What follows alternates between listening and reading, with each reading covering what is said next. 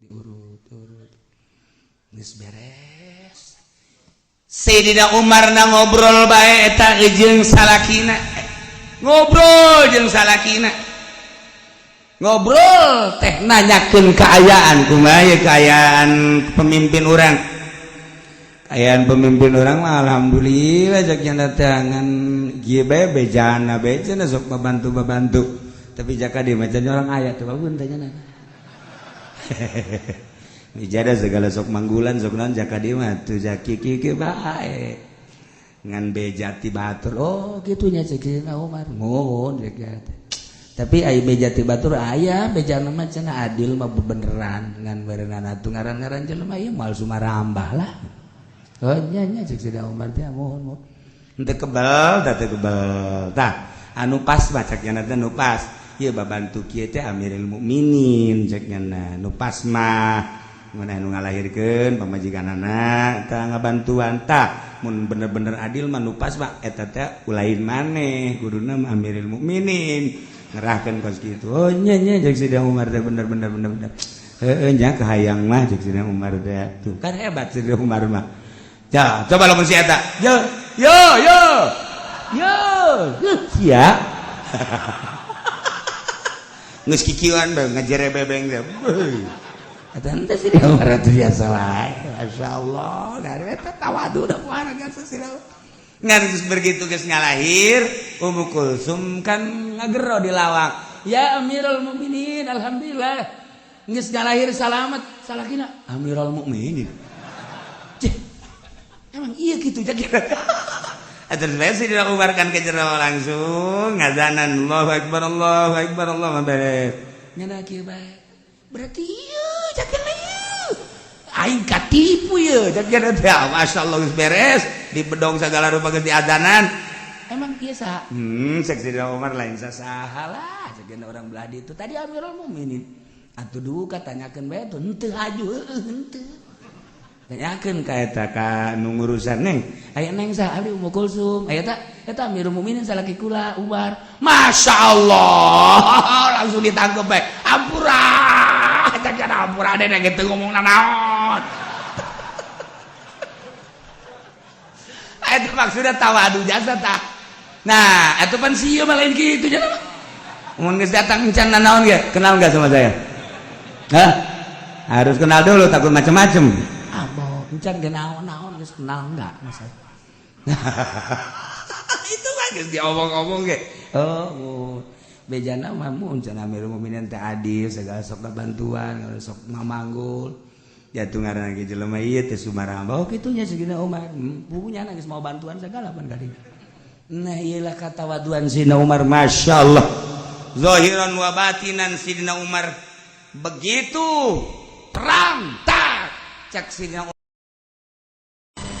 Bismillahirrahmanirrahim Yamizallahul khabitha minat tayyib wa yaj'alal khabitha ba'dahu 'ala ba'd fayarkumahu jami'a fayaj'alahu fi jahannam ulaika humul khasirun Allahu a'lamu bimaradu birapan tentang bedakan muta'alliqun bitaku bukan dari macumantal kalawan dapat takun bitakfif wa tasydid kalawan dan enteng akan macana liyamiza wa tasdidilan dan sangat bangatakan liyumayyiza ayu pasulu tegese misahaken sapa Allah Gusti Allah al khabitha ingkang ala al kafira tegese kafir minat thayyibi saking kang becik al mukmini tegese mukmin wa jalalan nadakeun ya Allah al khabitha ingkang ala ba'dahu tegese setengah ya khabitha ba'din ing atase setengah bayar kumau maka ngumpulakeun ya Allah ing khabith jami'an hadasa kabeh iya jemau tegese ngumpulkeun ya Allah ing khabith utaraki manarikang ngentep babahu ala badin tegese setengah ya khabis ingat setengah fayaj'alahu maganda diakan ya Allah ing khabis fi jahannam ing dalam neraka jahannam ulaika utai mangkono khabith kabeh hum ulaika iqal khasirun iku kang tuna kabeh lil ladzina kafaru yantahu yughfar lahum ma qad salaf wa iyaudu faqad madat sunnatul awwalin Allahu a'lam bimuradihi qul tafsir Muhammad lil ladzina kafaru kada wong akeh kang pada kalupur ya ladzina kabeh Abi Sufyan kaya Abi Sufyan wa sahabi lain pirang-pirang sahabat Abi Sufyan yantahu mun narima kacegah ya ladzina kafaru anil kufri saking kufur wa kitalin nabi lan mata ini kang yang nabi sallallahu alaihi wasallam yughfar lahum maka den hampura lahum kadal ladzina kafaru bakal salafa pabarang kang temen wis dingin ya min amali saking pirang-pirang pagaweane alladzina kafaru wa yaudu dan lamun babalik deui alladzina kafaru ila kitalihi maring merangan kang jeung nabi faqad madat maka teman-teman wis kaliwat sunnatul awalina apa sunnah kang awal gabe dadalan kang awal gabe sunnatuna fihim bil hilak tegese sunnah ingsun agung fihim ing dalam awalin kalawan dan rusak dan siksa fakaza naf'alu bihim maka alaika ya ikira iki hilak naf'alu bihim migawa ingsun sadaya ingsun agung bihim kalawan alladzina kafaru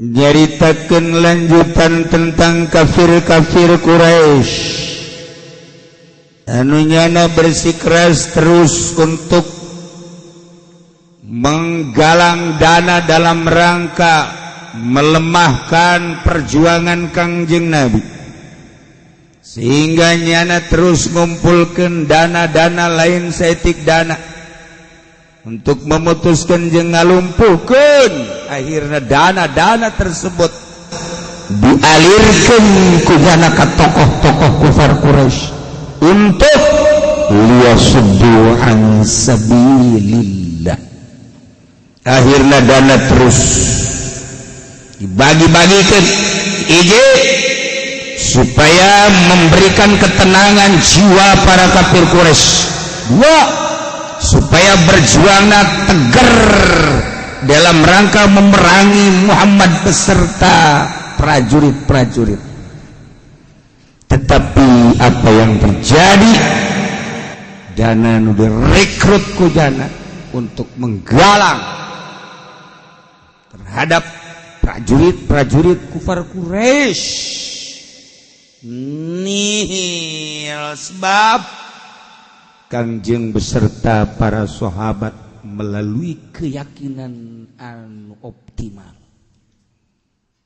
ngagunakeun keyakinan tauhid ka Gusti Allah terobah saeutik-eutik aja dana-dana anu geus disalurkeun manfaatna masyaallah setelah dibikeunan fasayunfiqunaha summa takunu alaihim hasratan nyana merasa kalah kaduhung dunia beak sehingga peperangan eleh tujuannya untuk mendirikan agama batil agama syirik itu tercapai Kangjeng terus dina kemenangan di dunia duit beak tanaga beak perang eleh kucar kacir ke segala rupa beak lain sakadar sakitu summa yuglabuna walladzina kafaru ila jahannam yusyarun setelah kalah deh paraeh digiring jaga di akhirat ka neraka jahannam. Masya Allah dunia akhirat. Urawakan guari sadajan guari Syria di perangan para raeh sorga. Baghdad gempur sorga. Loba jasa tanda-tanda ahli surgana. Ketika direkrut mayat-mayat anu berkeliaran dihijikeun di Baghdad. di salah satu makbarah syuhada dihijikeun sekian hektar loba jasa anu senyum beleger kene sareungit hampir 75%. Tanda seperti eta. Atuh manina Al-Qur'an geus jeung wala taqulu liman yuqtalu fi sabilillah amwat balah ya. Yurzakun walakin la ya'lamun. Walakin la ta'lamun. Ngan urang teu nyaho. Ya Allah ya Rabbi, lamun urang ningali kos kitu engke paeh ku ari paeh, mending paeh pake berjuang. nu mantak kuari Ulah lalagaan ya. Lain lalagaan kejadian Rohingya teh Turki ngirim, Syria ngirim, Indonesia amunisi tapi ngirim agak itu. Beras. Di luar eta loba orang Indonesia nu teu kanyahoan datang-datang aya di ditu bae. Ieu keanehan orang Indonesia kuari teh lobaan orang Indonesia jeung orang Turki. Kadi Indonesia kadinya, nah urang mana eta KTP na teu harti. Eta harti eta. Jauh bejana pondok ngirim. Wow. Mun lain ngariung mah nya mah teu hayang. Masa peperangan gitu geus moal, ngariung ge pulah pilih heula. Mun kira-kira susah berkatan, tidak muriang cenah. Sampangeun jasa ngomongna. Tapi lamun anu sugih beuh deuk berangkat magrib asar geus aya.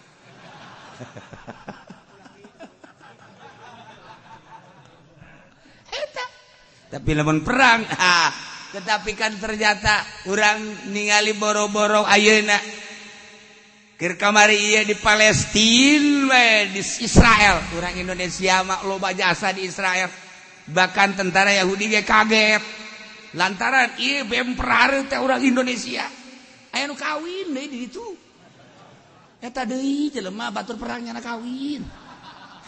Ieun sensasi bae masyaallah. Ieu ge asana nu karohingya ieu maksudna mah ieu. Asana ieu lah cek nya salakina di bareulem ieu jahe-jahenya ini lumayan cek nya. Hitam ya hitam lah. Nah, ieu baruncuk. Di mana jalanna kumaha wallahu alam. Tapi jelas loba. Bari geus siap jeung senjata. Makan geus baku hantem. Geus sabaraha ditu ngan teu dipublikeun bae. Ieu orang Indonesia aneh. Aneh orang mana? Orang Indonesia orang mana? Apa boga bapak boga mapan teu? Boga lah. Ngan unik tadi Indonesia. Urang lamun ngadenge gitu berarti kan tegar. Mantak di Indonesia kajian teuing kumaha bangun wayah perang maruncul deui tanu kos kararitu. Tenang. Ulah sieun, urang mah paling paeh masalah geus. Tah eta cenah tah masalah pugu paeh jadi masalah. Tapi orang Indonesia memang bagus gitu. Masya Allah. Asal kejadian di mana baik. Muncul. Seperti etalah. Kuari. Ayo disebut ribuan memeredan. Tadi di ratusan. Gus ayat. Siapa ke senjata dan menang di mana. Dan lain-lain sebagainya. Wallahu alam. Nu jelas. Nyana baku hantam. Sebulaya ya. Tuh. Batur bahkan dijelaskan ke negara. Turki ngirim. Syria ngirim. Indonesia mah bukan teu dijelaskan malah diulah-ulah. FPI mau ngirim jangan. Komo NU mah geus merengket deui lah geus cenah geus. FPI bae dikirim jangan dan lain-lain sebagainya kirim ulah. Tapi gue geus maruncul di ditu. Ih, masyaallah. Tapi banget eueuh kos haji. Pendi bangsa harenges kabeh.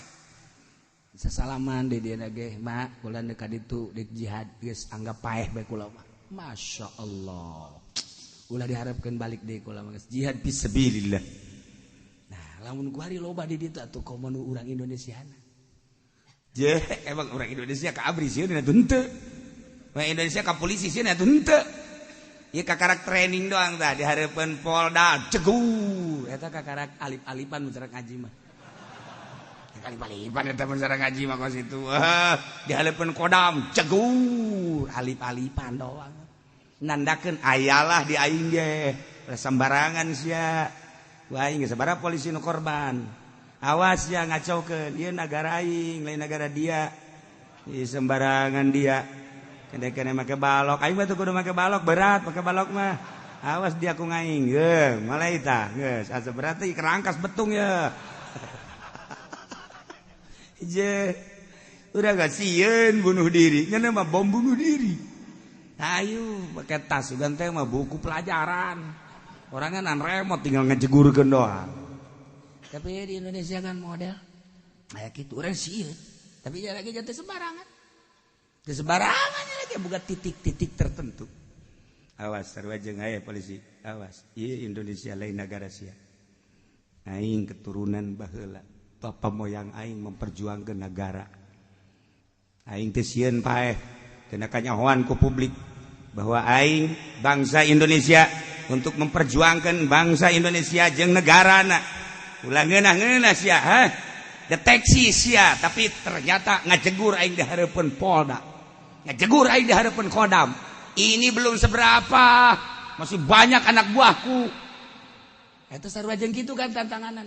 Wah, polisi langsung jangan sembarangan lu. Belum tahu lu. Bukan sakitu-kituna. Berbagai tafsiran macam-macam, tafsiran polisi kieu, tafsiran ieu kieu, ya urang mah sekedar mengamati dan menafsirkan. Nu jelas ternyata titik-titik teroris mun dianggap teroris loba. Titik-titik berjuang mun dianggap berjuang loba. Titik-titik jelema anu endek ngabangunkeun PKI ternyata loba mun dianggap PKI. Titik-titik jelema anu endek memperjuangkeun bangsa jeung negara sesuai jeung NKRI loba. Tergantung kumaha nafsiranana jeung kumaha endekna. Iyalah Indonesia mantap disebut majmuk. Mantap ulah sembarangan ieu. Ieu sanggelang ieu nu halal dari dia kan buating jelema kabeh balai. Kadeleuna makan jelema. Tapi kan lamun dirogoh hatena mah belah dia buaya. Ya kan belah dia kadal, ada lain-lain kan. Belah dia mah orai belang, lain deui. Itu macam-macam. Masya Allah. Aya maung make sorban ka sing hade. Ya Allah ya Rabbi, geus puguh kadal mah teh mah. Macam-macam. Nah, lamun di jerona ku urang dirogoh atuh lain-lain. Hanya Allah anu Maha Uning. Gajeun selama ngaji atuh kadal ngaji.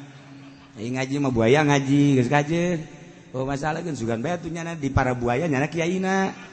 Di para orai nyana kiaina, nyana geng ke ceramah. Saudara-saudara orai cekeun teh. Saya habis ngaji, sama padpun.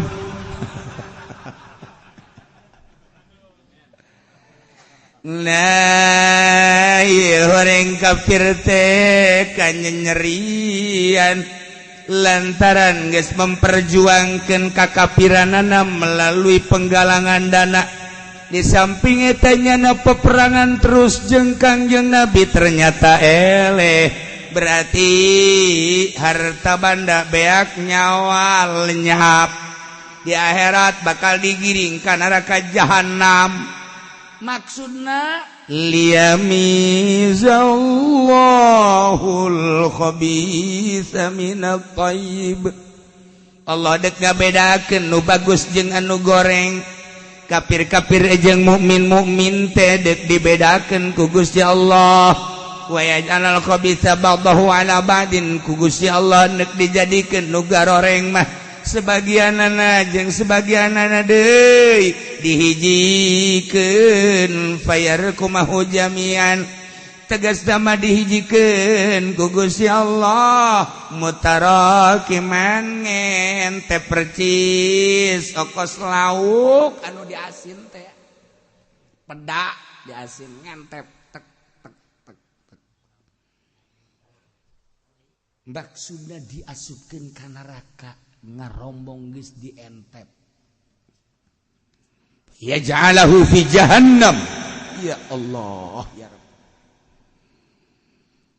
Ulah-ulah di akhirat atuh tama urusanana, urusan jaza, urusan babales. Atuh cacak-cacak di dunia ge urang nyeusehan teh. Ieu mah pakaian teh geus bersih ieu, tempatna lamari anu bagus teh. Ieu mah nu kotor, ieu mah kudu diseuseut heula. Ieu mah geus teu bisa disese lantaran kokotorna teh ieu mah bangsa getah-getah nu geus teu bisa dirinso. Ieu mah pake elap. Di urang ge kos kitu. Sarua bae. Eta teh jelema ge kos kitu. Jelema nu baragus patung geus teh ditenden ku Gusti Allah di surga. Jelema anu kudu disese heula ieu mah lantaran kalalotor keneh. Nah ieu mah dikanarakakeun ge sakedeung moal kemel. di duniana baheula teh ieu teh anjeun maksiat permaksiatan nah diseseulah lantaran baheula can anggeus perkreditanana moal kebal paling 1000 tahun seseuh beres ka surgakeun tetapi ieu mah kapan moal diangkat-angkat kafir mah musyrik moal diangkat-angkat fayaj'alahu fi jahannam ulaika humul khasirun iyalah jelema anu cilaka luman takul bejakeun ku anjeun Muhammad lil ladzina kafaru ka jelema-jelema nu kalalafir kos Abu Sufyan jeung para kanca-kancana bejakeun kitu lamun manehanana nyegah nahan tina kakupuranana geus teu kupur deui nya Nabi saeureun tina merangan ka Kangjeng Nabi geus ulah mikiranna naon yufar lahum ma qad salaf dosa-dosa nu tari heula apura kabeh masyaallah dihampura masalah batek kuari ya aya Kristen asup Islam tah begitu maca 2 kalimat syahadat dihampura kabeh dosana dosa sagala rupa nu keur dilaksanakeun di waktu kafir nya maca 2 kalimat syahadat sarua jeung kakarak lahir ti rahim ibuna kaluar ti dinya paeh sorga langsung teu pernah salat teu pernah puasa sorga yufar lah dihampura.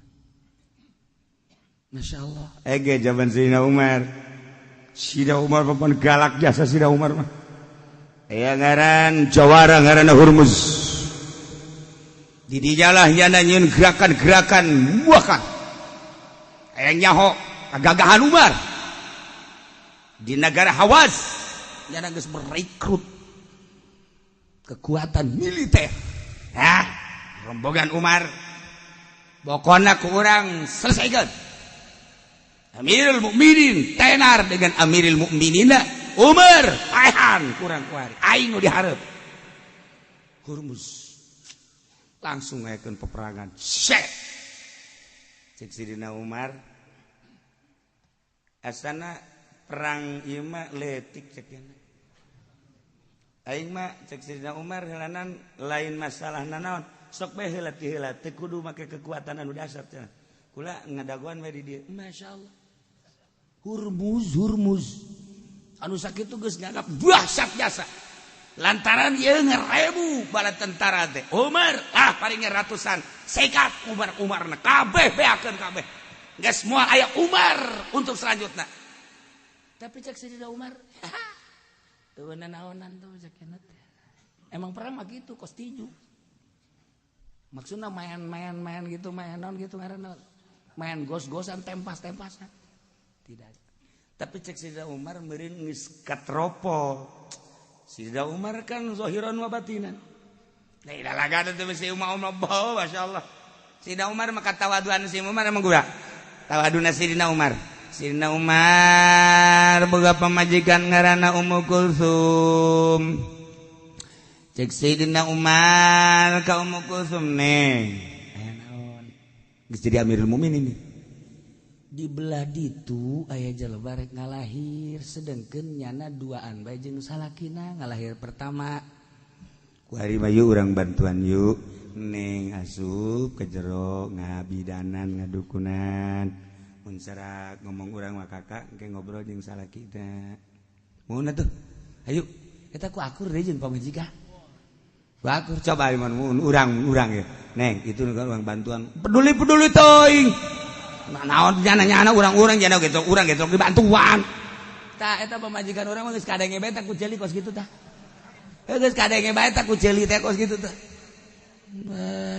bantuan teh atuh geus bae masing-masing sih mun kitu mah nya langsung ngabantuan ka urang geus ulah masyaallah tapi eta mah Sidina Umar mah neng di ditu deuk ngalahirkeun asana meureun geus mules nyana teu dengkeun ngalahirkeun pertama geus lah pokona mah urang ka ditu kakang ngabaturan salakina neng ka jero asup ngabidanan atuh mangga karasa kukulai keur mules mah mun ngabantuan takan ngeunaheun kadengena tarariis kan mawa bae alat-alat di dieu ampok-ampok yang sajabana bahkan madu korma mun aya bawa masyaallah perlengkapan pohara aju dinasehatan ku Sidina Umar engke besi diberena naon ulah tarimanya nya nama atus urang mah lillahi taala bae eta ku geunaheun urang mah pan lain kitu aya daek ke besi dibere atuh tarima bae malah mun teu dibere cokotan habek eta geus kabayang we urang kabayang aya daek kos kitu iman teh datang Assalamualaikum Waalaikumsalam pamajikan cek Sina Umar lain non karang-karang lain dikalahin mohon buku di jero ngomong gabaturan asup pamajikan ka ditu ngabaturan biasa diurut geus beres Sayyidina Umar na ngobrol bae eta jeung salakina ngobrol jeung salakina ngobrol teh nanyakeun kaayaan kumaha kaayaan pemimpin urang ayaan pemimpin orang mah alhamdulillah jak yang datangan gibe bejana sok babantu tapi jaka di macam orang ayat tuh babun tanya nana bijada segala sok manggulan sok non jaka di mah tuh jaki kiki bae ngan bejati batur oh gitunya Sayyidina Umar mohon jak tapi ai bejati batur aya bejana mah cenah adil mah beneran ngan berengan atuh ngaran-ngaran jelema ieu moal sumarambah lah. Oh nya cek Sayyidina Umar teh mohon henteu kebal tah anu pas mah cek nya teh nu pas ieu babantu kieu teh Amirul Mukminin cek nya nu pas mah mun anu ngalahirkeun pamajikanana tah ngabantuan tah mun bener-bener adil mah nu pas mah eta teh ulain maneh kuduna mah Amirul Mukminin ngerahkeun kos kitu oh nya cek Sayyidina Umar teh bener heueuh nya kahayang mah cek Sayyidina Umar teh tuh kan hebat Sayyidina Umar mah. Ya, coba lamun si eta. Yo. Sia. Geus kikieuan bae ngajere bebeng teh. Eta teh si Umar teh biasa wae. Masyaallah, dari eta tawadu da puaraga si ngan geus begitu geus ngalahir, Ummu Kulsum kan ngagero di lawak. Ya Amirul Mukminin, alhamdulillah. Geus ngalahir salamet, salakina Amirul Mukminin. Emang iya gitu jadi. Atur bae Sayyidina Umar kan ke jero langsung ngazanan Allahu Akbar Allah beres. Nyana kieu bae. Berarti ieu jakena ieu. Aing katipu ieu jakena teh masyaallah geus beres di bedong sagala rupa geus diazanan. Emang ieu saha? Cek Sayyidina Umar lain saha lah jakena urang belah ditu tadi Amirul Mukminin. Atuh duka tanyakeun bae tuh henteu haju henteu. Tanyakeun ka eta ka nu ngurusan neng aya neng saha abdi Ummu Kulsum aya eta Amirul Mukminin salaki kula Umar masyaallah langsung ditangkep bae ampura cacana ampura deh gitu ngomongna naon eta maksudna tawadu jasa tah nah eta pan sieu mah lain kitu cenah mah mun geus datang encan naon ge kenal enggak sama saya hah harus kenal dulu takut macam-macam encan ge naon geus kenal enggak masa. Itu mah geus diomong-omong ge. Oh, bejana mah mun can Amirul Mukminin teh adil segala sok bantuan, sok mamanggul. Jatuh ngaranna ge jelema ieu teh sumaramba. Oh kitu nya Sayyidina Umar. Pugunyana geus mau bantuan segala pan kali. Nah iyalah kata waduan Sayyidina Umar masyaallah. Zahiran wa batinan Sayyidina Umar begitu perang tak cek Sayyidina Umar tewak bae Hurmuz ulah dibunuh katewak jana blah nu sejen loba anu gugur tewak bawa ke Madinah bawa begitu dibawa tanya ku Sayyidina Umar iya Hurmuz nyaho ka kula nyaho maneh jawara Umar ngaranna kula jawara Hurmuz sama-sama jawara. Saat ieu nu menang perang saha? Nu menang anjeun lantaran maneh teh ya dipake karesep ku pangeran maneh. Geus pangeran maneh berserta anjeun. Pangeran kula lemah. Kula teu dibarengan ku pangeran. Mata keleh. Jawara akur pada jawara ngan maneh mah dibarengan ku pangeran maneh. Ai kula mah teu dibarengan ku pangeran kula. Mata kula eleh. Bagus. Selanjutnya teh kumaha? Pokoknya urusan selanjutnya mah teh kumaha. ngan kieu bae kula mah salametkeun kula. Maksud Sidina Umar kan salametkeun teh ulah dibunuh. Insyaallah cek Sidina Umar. Insyaallah disalametkeun. Maksud Hurmuz mah salametkeun ge asupkeun Islam. Beda tah. Ngan geus jauheun ieu Sidina Umar nu mantak titah ditangkep bae geus aya alamat. Sebab memehna ge istikharah heula. Atuh lain samaju-maju napan urang mah waduh demo sademo-demo istikharah dong. Masyaallah ieu masalah aya 2 karung selesai. Untung aing ira demo deui. Yen buras ngan setengah karung untung sekarung setengah. Tah. Agap salametkeun kula supaya pangeran bareng jeung kula. Oh iya. Hayang naon ayeun anjeun? Kula hayang nginum heula. Cek Hurmuz bere ku Sidina Umar. Gelas cayan, minum. Cekel. Cekel ku Hurmuz. Begitu diinum dibalangkeun. Sebenarnya kaget kan jawara. Naon ieu? Sidina Umar. Maneh kan hayang salamet. Kok berlaga di hareupeun kula? Teu nyaho kula jawara. Geus sabaraha musuh nu pegat beheungna. Geus sabaraha jelema nu cacang dalam rangka lillahi kalimatillah. Kok berlaga di hareupeun kula? Salametkeun tadi ge kula salametkeun. Cek Sidina Umar yang maksudna sahadatan. Oh, cek Sidina Umar itu ke sahadatan sudah salametkeun teh naon? Sahadatan. Terus langsung baca 2 kalimat syahadat. Asyhadu an la ilaha illallah wa asyhadu anna Muhammadar Rasulullah. Masuk Islam Hurmuz menjadi pejuang. Kulantaran jawara cek Sayyidina Umar sabenerna mah kagagahan kula teh jauh jeung anjeun teh gagahan anjeun. Kasugihan kula makan teu bogananan jauh jeung anjeun sugih aya di anjeun. Katenaran kula jeung anjeun jauh anjeun mah tenar luar biasa. Geus atuh sagala rupa kapanglimaan teh diserahkeun ka anjeun. Kula mangan sakadar boga mandat Amirul Mukminin lantaran terpilih sok peperangan anjeun anu mimpin. Langsung diserahkeun ku Sidina Umar. Karak tidinya. Naon ieu nu dimaksud? Tawadu jasa Sidina padahal mah gagahan Sidina Umar. Padahal mah hebatan Sidina Umar tapi katawaduan Sidina Umar ketika berhadapan jeung seorang anu gagah seakan-akan nyana dihandap. Ketika babarengan jeung jelema anu miskin tadi sehingga nyana termasuk pang miskin-miskin pang lemah-lemana. Ieu Sidina Umar. Kilok ngajaya rebebengkeun nyana mah tuh. Jangjang dikitu-kitu sakumaha manuk merak. Ya Allah, ya Rabbi. Ayo manuk merak mah mana juga tembak bae. Beunang aja di kurungan, Pak.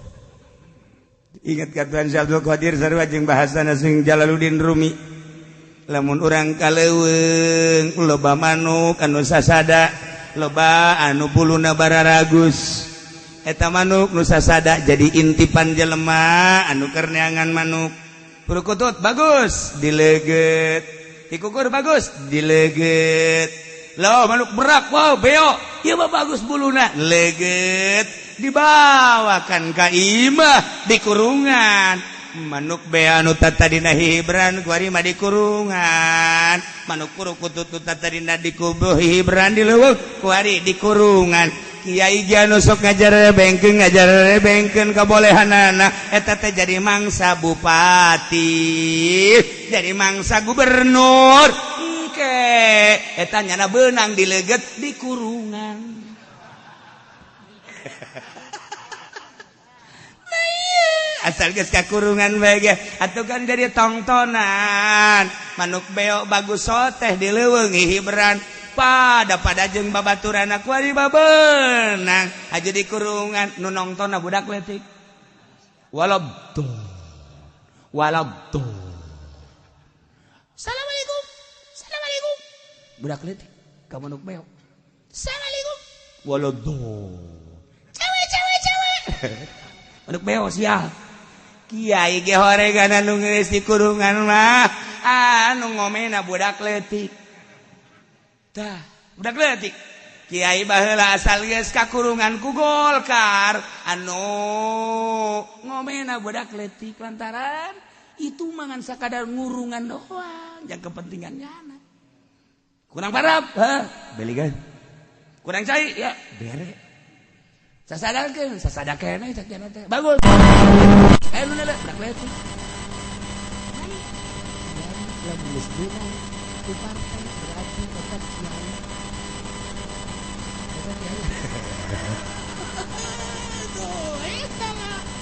itu bisa hiberan nya na kecil kumaha hiberan kita mah dikurung. Nah, gitu kene manuk merak bagus sok ditonton ka di leuweung ku para hewan-hewan beunang we kurung ngajare bebek ngajare liwat ngajare bebek ieu modelna ya kebal-kebal ditembak merak Neilah Sayyidina Umar pohara jasa di dieu teh Abi Sufyan jeung para kanca-kancana anu kalalupur teh cek Gusti Allah bejakeun Muhammad ka para kafirin yen tahu mun nyana nyetop tina kakupuranana jeung merangan Nabi yughfar lahum ma qad salaf naul bae dosa-dosanya nu teu heula selesai dihampura wa ya'udu faqad madat sunnatul awwalin tapi lamun maranehanana kembali deui ke merangan Kangjeng Nabi teu bisa eureunnan kebencian jeung kamahasudannya teh terus dikembangkeun kembali deui awas cek Gusti Allah faqad madat sunnatul awwalin geus lewat sunnatul awalin perjalanan kaum-kaum anu ti heula. Deuleu nu ngalawan ka Kangjeng Nabi Lut balikeun. Ngalawan ka Kangjeng Nabi Musa selesai. Firaun di laut Karam. Anu ka Kangjeng Nabi Hud angin beuleum. Kitu kene ka Kangjeng Nabi Saleh. Faqad badat sunnatul awwalin geus ti heula perjalanan kaum nu ti heula menjadi sunnah kaula sunnatullah teu menutup kemungkinan mun kuari jana teu eureun terus merangan Muhammad bae geus kitu ge tatap bae jana merangan bae ka Muhammad ngamusuhan bae ka Muhammad dalakeun Muhammad moal kebal deui mun teh dibeuleum dianginkeun balikeun terserah ya Allah janji teh lain baheula bae ternyata kurang kuari karasa kamari ieu jelema teh ngagele terus-terusan di Aceh ngabohong teu eureun-eureun di Tasikmalaya kitu keneh kurudat kiridit bung bang terus bae di berbagai daerah Garut Cianjur Bandung ternyata horenganan teu bisa dinasehatan ku kiai-kiai jah horeng kiai nage horenganan biang kredit jah kiai nage horenganan biang bank malah nanggung jawab ulah sok sieun ulah sok kadengekeun kiai anu ngaharam-haram segala riba geus ulah tanggung jawab di akhirat babau cak urang Cisoka mah bapa nira sial teh Cisoka Masya Allah kari make tanggung jawab bawa awake wallahu a'lam. Nah iya kejadian galunggung dek kula mah inget kak guru kula di Garut ajengan imam pantes dibitukeun ge galunggung teh keur ngaji nyanda nyurah ngan tetep bae urang mangadoakeun jak aya nu sarolehan di ditu teh ngan ieu mah keur tadi papantes atuh nu ngridit di dinya biangna bang riba di dinya biangna bohong di dinya biangna pantes almarhum ajengan imam Muhibub Tobri nyana ngomong ke pantes tapi tetep yuk urang ngalayat mawa naon gitu buras mie pakaian yuk ngalayat kula ka ditu masyaallah eta kan carita nyaho bae urang okos ditu kan nyaho jasa urang di Aceh teh budak leutik bae geus gagele budak leutik lantaran gele teh dihareupeun imah di tukangan imah lain nu dakwah kiai-kiai teh dararawa kolot-kolot lagi anu ngaharamkeun teh dakwah anakna loba anu ditampilingan loba anu disiksa tapi kan kolot mah sakali dua kali melak makan terus bae deui asal bau tade jadi gele di ditu budak leutik geus gagarele geus kongono kolot terus kebelah dieuna jadi makanan biasa sayur mayur dan lain sebagainya cak Allah Kercarita urusan kos kituna lain deh urusan politikna dan lain sebagainya. Ieu keur urusan kos kituna we ieu mah kudu disunabikeun. Tsunami. Iyalah faqad badat sunnatul awwali. Awas. Sabaraha Sukabumi anu teu bisa kabongkar di sabaraha Cianjur teu bisa kabongkar di sabaraha Garut dan lain-lain sebagainya nu banjir nu gempa dan lain sebagainya geus puguh nu tabrakan angin beliun dan lain sebagainya. Nah ieu teh kunaon ku geus teu ngadenge nasihat para alim ulama. Mentak alhamdulillah di urang mah masih keneh ngadarenge keneh. Aya nu ngomong ge lah cenah ieu mah kreditan geus sakedeung deui lah moal kebal deui geus. Aya gegeuraan cenah ieu urang nya ngaji bae tapi urang make kreditan. Geus digegerakeun ge geus beres mah urang kredit deui lah pokona. Sial teh budak. Ya Allah, ngondang-ngondang tsunami teh budak. Anu mantak mah minta doana deui ka aing. Kiai cenah doakeun supaya kreditan tere-tere cenah geus beres papan geunaheun we cenah kiai aing kumaha ngadoakeun atuh ka sia. Teu kadenge ieu ku nya ngadoakeun ya Allah ya Rabbi ku bagus di bedek digaledeg ge dadal. Ah cenah mah nya kitu kiai henteu sia masuk percaya bae. Tetap salametkeun Gusti nyanggakeun sadaya-daya hamba Gusti teh beureunanan ku resepna kana dunya salametkeun atuh Gusti ku cara Gusti geus macam-macam Gusti nyalametkeun ku leungit mobilna ya teh urusan Gusti tah mah doa aing berarti diijabah cek yana berarti geus aing cenah moal minta doana daina ge men meresa eutik ka aing sia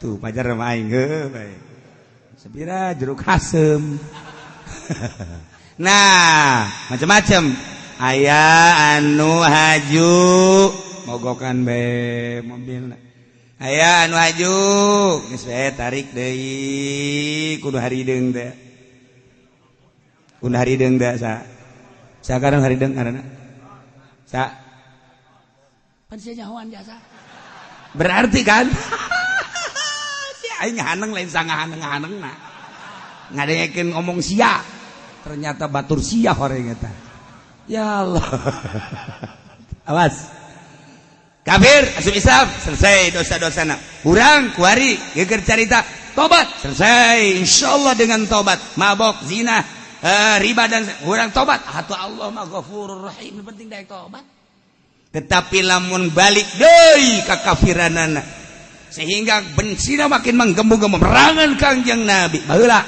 sarua kuari ge Kangjeng Nabi mah terus berjuang ngahayukeun ka urang nempelna ka para wali Allah ka para ulama eta teh nu mantak gagah naon aya Nur Muhammad nu nempel di jana tapi bluti lamun eueuh Nur Muhammadan moal waniun nya ka istana dakwah Habib Rizik Syihab nya lamun eueuh Nur Muhammadan moal waniun nya koar-koaran naonan para kiai lamun eueuh Nur Muhammadan moal waniun nya ngabentangkeun hukum-hukum dakwah terus demo aya Nur Muhammad cet ngelap di dada demo sia perang sia ayo tanpa pamrih Syria perang aya Nur Muhammad lawan kafir paeh jihad fisabilillah sorga sia di Irak lawan kafir sarua di Indonesia ge lamun geus Nur Muhammad nempel muncar masyaallah tanpa pamrih di urang ge sarua bae je atuh leuleutikanna kuari baheulanan di ka mana Kak cek pamajikan ngaji pan urang ngawarung los ya ai daek mah teh saya teh tungguan ku sia aing mah ngaji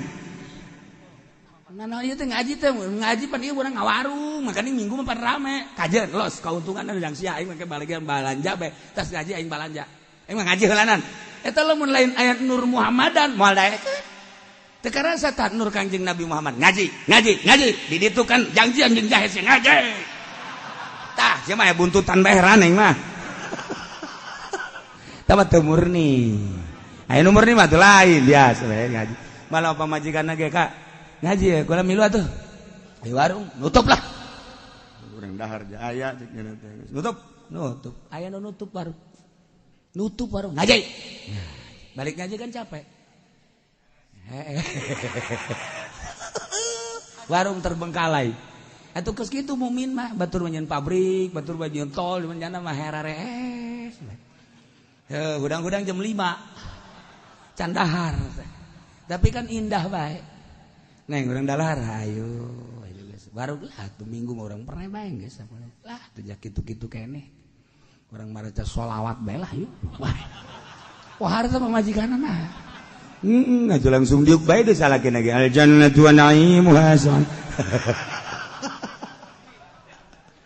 ya Allah ya Rabbi eta sauyunan gitu ngaranna nah iyalah ketika nyana minta pangampura eureun ka Gusti Allah nyin ulah anu teu beresna yakni eureun tina kakafiranana eureun berangan ka Kangjeng Nabina yughfar lahum ma qad salaf tapi lamun balik deui faqad madat sunnatul aw kumaha umat tu baheula teu nurut ka rasulna seca fakadza naf'alu bi sarua eta keur zaman Kangjeng Nabi kuari ge kitu bae nu matak urang berjuang ujung-ujungna mah bantuan Allah ujung-ujungnya bantuan Allah Masya Allah lamun Allah geus kabantuan barikan tadi publikan bae bantuan Allah anu di luar konstatir manusia Baghdad lain saeutik di luar konstatir manusia Syria lain saeutik termasuk di urang lamun lain bantuan Allah kamari hehe bang kumaha gitu sararima aya sima aya sieun eta kan can sabaraha lamun geus digerakkeun ku para ulama berangkat ke Jakarta. Woi, siap. Atuh geus atuh santri mah kumaha guruna ieu. Sebenarnya mah geus jawan naon bidug santri mah geus. Kumaha guruna teh pokona mah geus ngaler ngidul. Tah eta nu hesena kos kitu tah nu hese. Geus teh nyaon naon, lamun ditanya saya ke mana? Ka Jakarta. Deuk naon ieu menang ganjaran teh. Teu ganjaran teh nyaho si jai menurutan guru pokona mah. Tah lamun geus kos kitu geus ampuneun pamarentah ge. Uyang aing mah cenah kos kieu. Heuh, atuh kudu maksudna ya naon lamun aya ganjaran entah. Emang selain ganjaran maturkeun kiai memangnya kiai salah pugu kiai ge loba nu salah tah ese lamun geus kos kitu masyaallah eta kunaon bisa jadi kos kitu di guru aya Nur Muhammad di murid aya Nur Muhammad nyambung henteu paham lain urusan politik lain urusan ekonomi Nur Muhammad mau bisa kajaga lamun nyana pada ngarti polisi lamun nyana pada ngarti abri lamun nyana pada ngarti politikus lamun nyana pada ngarti bangsawan bahwa di diri umat muslimin aya Nur Muhammad ketika Nur Muhammad muncar kabeh maring gila nun teu bisa kadeteksi hese nu kos kitu mah mendak lamun aya huru-hara teh tinggal nanyakeun kiai berangkat teu ya yang itu moal aja ini terus karari itu yang mah sebel mendan kiai berangkat ke Jakarta berangkat siap boy dah geus teh nyaho make mau senjatawan teh siap geus pokona mah eueuh mobil lempang nya mah geus kitu tah eta naon eta polisi ge bingung ini deuk naraon tadi tuh deuk naraon udah ieu deuk dokter buru bae geus aya nu pae di tungariung kumaha jadi nama cek kira ke situ ya Allah ya Rabb nailah urusan kafir anu baraheula wa qatiluhum wallahu alam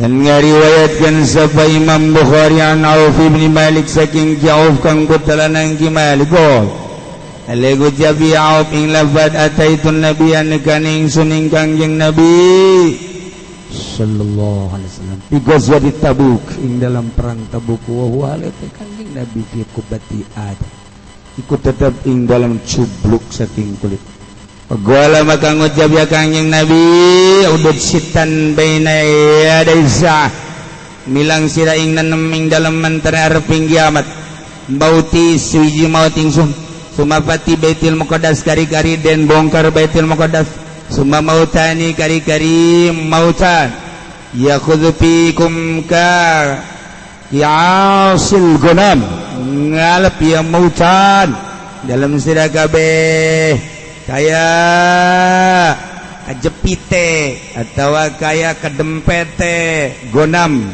itu wedus sembas ifadatil mal kari-kari lu bere harta mayutir rajulu mi'ata dinarin kari-kari ngawekeun sapawang lanang ing 100 dinar yazilu maka dadi ya rajul sakhitan iku kang bendu summa fitnah kari-kari fitnah la yabqa baitun minal arab kang ora tetep apa umah kang tetep saking Arab illa dakhalatu angin manjing ya bait iya fitnahu ing bait summa hunnatun kari-kari hunnah takunu bainakum ma baina banil asfar kari-kari perdamaian takunu kang ana yahudna bainakum ikut tetepin dalam antara siraka bahwa baina banil asfar lain antara banil asfar yakdiruna fayatunaku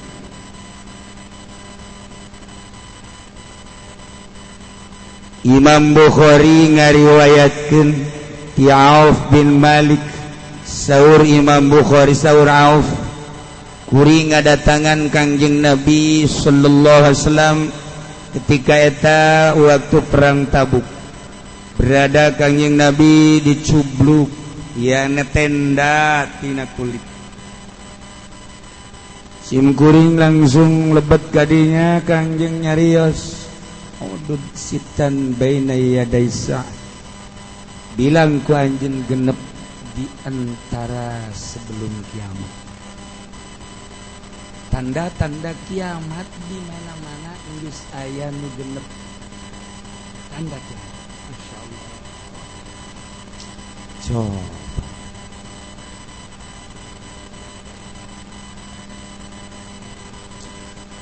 nomor kahiji tanda deket da kiamat maut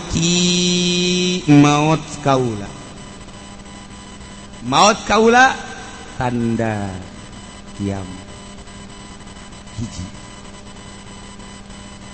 summa fathu baitil muqaddas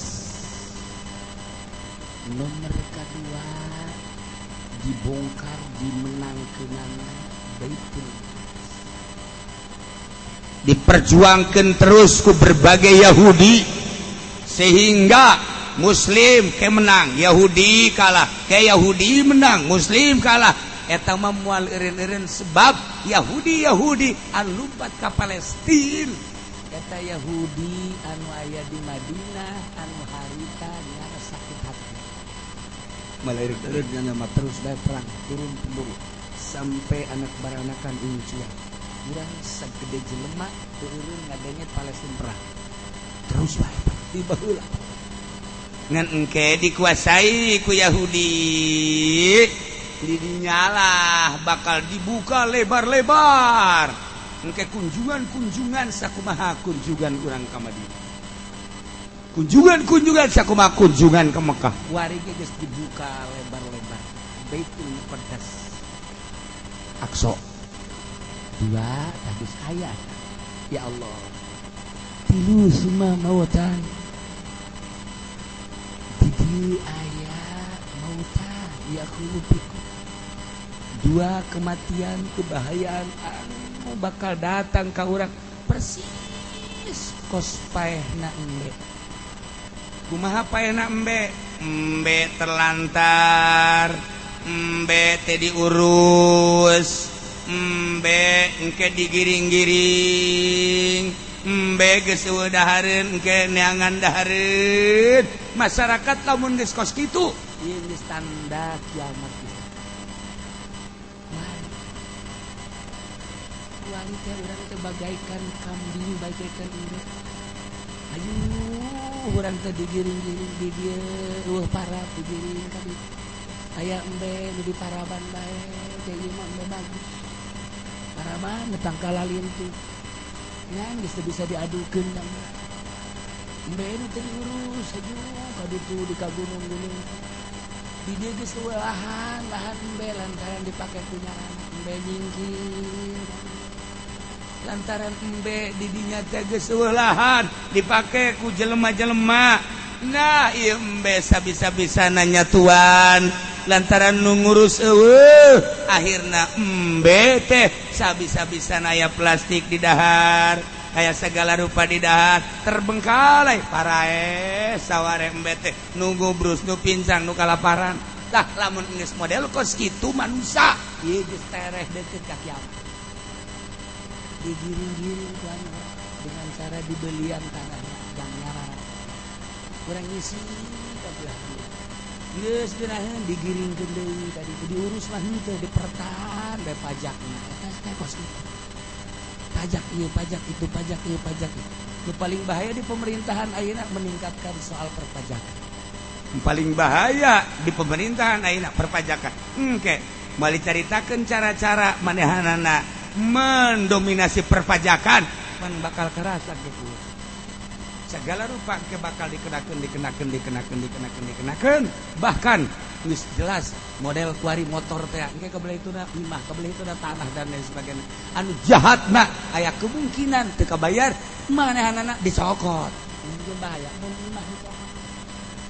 Gila tanda kiamat geus tereh datang seperti kitu kula lain nyingsieunan jeung lain suuzon ka negara tapi engke dibakalin model kitu wallahu alam ayeuna apa sabadana pos itulah bakal engke bakal jeri jasa engke mah piring dipajak sendok dipajak kaki kicep dipajak itu teman sadar kena pajak geus mendingan dihitut-hitutkeun kabeungeutnya na ya aing rek dipajak mah ya aing nonggeng ka sia sat pan sia mah nonggeng jeung bukurna eta lah masalahna.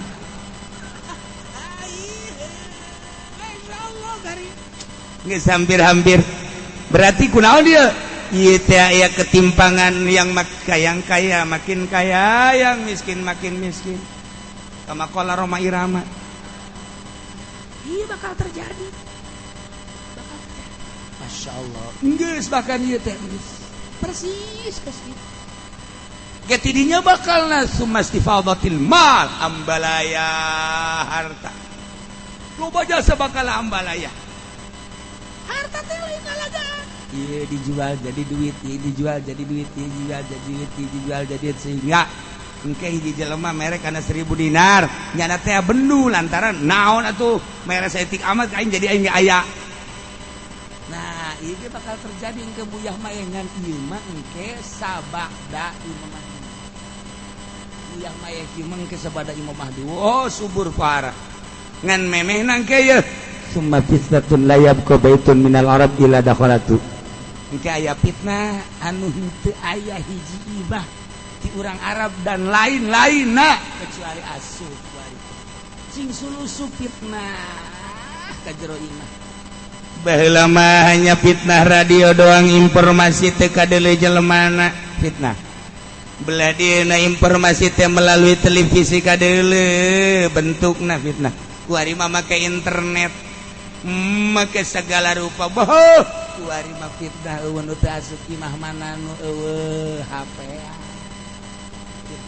bakal arasupan di jero HP teh kapan informasi nu bener anu salah hoak dan lain sebagainya urang henteu nyaho hanya orang-orang tertentu anu nyaho ieu bener ieu salah ieu bener ieu lain tetapi kan kurang ditelen lain di Arab bae Amerika geus puguh, Jerman geus puguh, Eropa geus puguh, Australia geus puguh negara kafir. Ieu ka Indonesia kabeh we. Kuari urang lamun deuleu di Jakarta, deuleu di sakolahan mana jelema nu teu muka HP, nu teu mawa HP. Sabaraha ratus ribu manusia, sabaraha juta manusia di Indonesia hampir baru HP. Malah aya nu boga 2. Malah aya nu boga 3 sagala. Aya nu 3 sagala HP teh. Nah, ieu fitnah. Asal urang teu boga rasa katinggalan zaman informasi ka teh kabawa ka dorong fitnah. Supaya kita teh layak pebetun bil Arab. Illa dakhalat. Ieu bakal terjadi geus wae. Timbul tina informasi eta.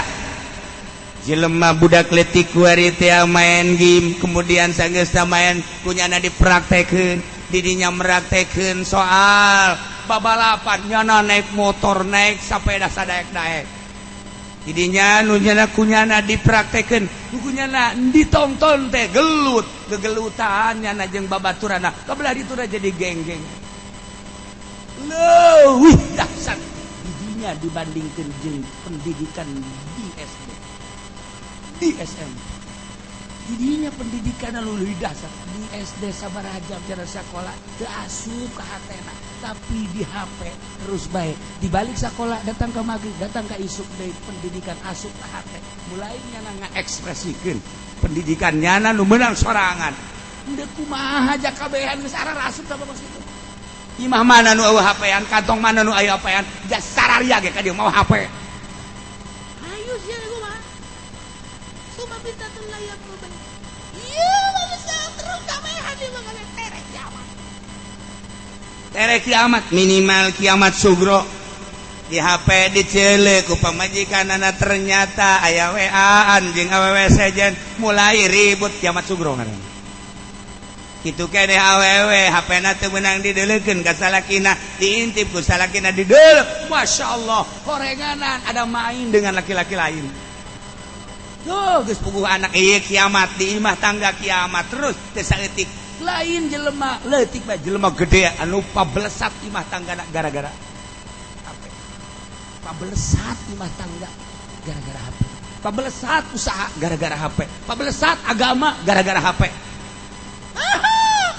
Kuari mah atuh bisa sababaraha panggung atuh geus bae nyanana ge eta ngundangna ge make HP bae. Bahkan teu izin-izin kan make HP mah boleh deh, yang penting DP-nya agak gedean. Eta kiai tolol dasar goblok bolon. Aya kuari kiai na dieu. Geus besok saksi leuk. Ya Allah, ya Rabbi, fitnah terus. Ente di pelajaran deui anak urang kok jadi anak urang teh beringas ku ari mah. Kamari mah daek make tiung, ku ari mah teh daek make tiung. Ya Allah, ya Rabbi, apa? Fitnah hasud.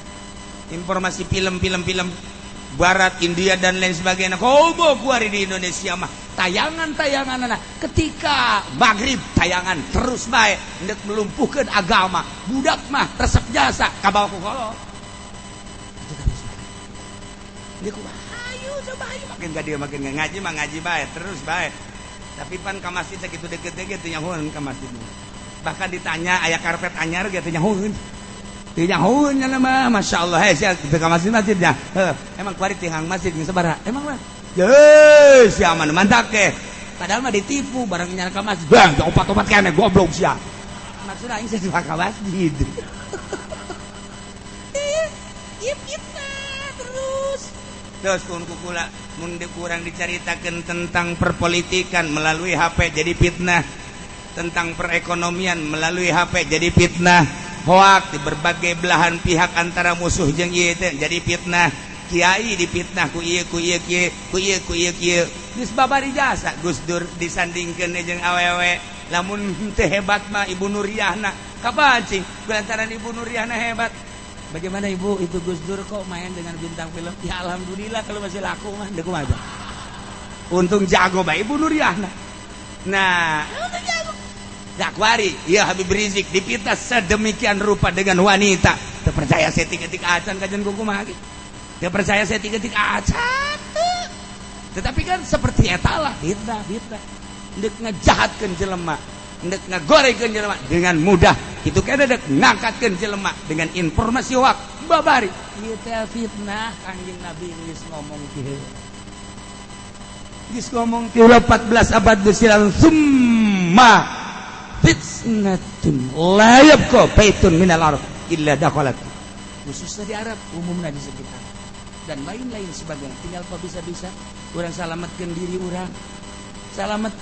orang ka tauhidan urang ka Gusti Allah, syariatna kena rapi supaya mantap orang ibadah tendenan tetes marifat ka Gusti Allah supaya orang mantap ibadah barang jeung teu tingkat tentrem indah ureuh teu mailu ka situasi seperti anu ayeuna jeung teu batur supaya perang mah babarengan daripada orang mikiran bari orang can karuan maning tentremkeun tengah jadi Allah ya Allah dina ngomong mah bangun sia bangun henteu teh apaan ya Allah. Nah tinggal hiji deui sumahudna wallahu a'lam.